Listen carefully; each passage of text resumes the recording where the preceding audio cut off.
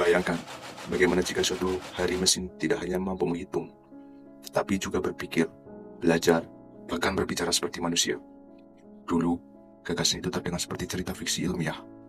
Banyak orang menganggapnya mustahil, namun hanya dalam beberapa dekade, dunia berubah. Kini kecerdasan buatan membantu dokter mendiagnosis penyakit, menerjemahkan bahasa dalam hitungan detik, mengemudikan kendaraan, hingga menciptakan karya seni. Pertanyaannya, bagaimana semuanya bermula? Inilah kisah lahirnya kecerdasan buatan, sebuah perjalanan panjang yang mengubah arah peradaban manusia. Pada awal abad ke-20, komputer modern belum ada, mesin hanya digunakan untuk menghitung angka. Namun, sebagian ilmuwan mulai bertanya, apakah suatu hari mesin bisa meniru cara manusia berpikir? Pertanyaan sederhana itu menjadi benih dari revolusi teknologi terbesar dalam sejarah manusia.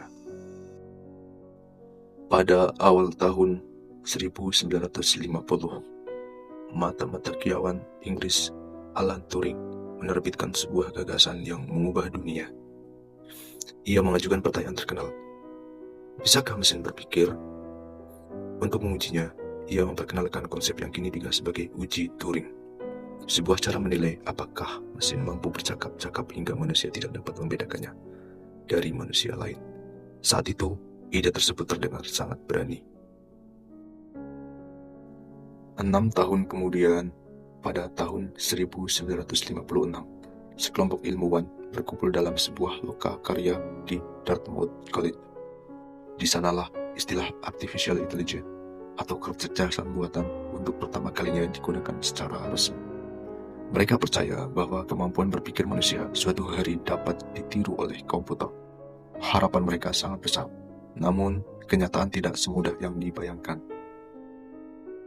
Pada tahun 1970-an hingga 1980-an, perkembangan AI melambat.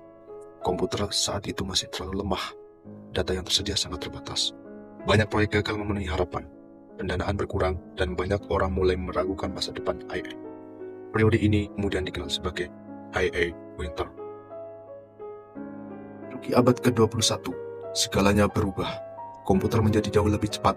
Internet menghasilkan data dalam jumlah luar biasa. Teknik pembelajaran mesin berkembang pesat.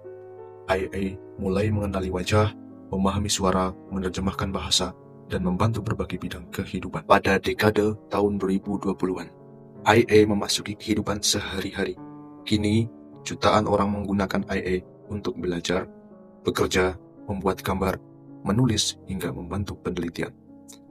Apa yang dulu hanya mimpi para ilmuwan, kini menjadi bagian aktivitas manusia di seluruh dunia. Namun, muncul pula pertanyaan besar, apakah AI akan menjadi alat yang membantu manusia? Atau justru menghadirkan tantangan baru bagi masa depan? Jawabannya masih terus ditulis oleh sejarah.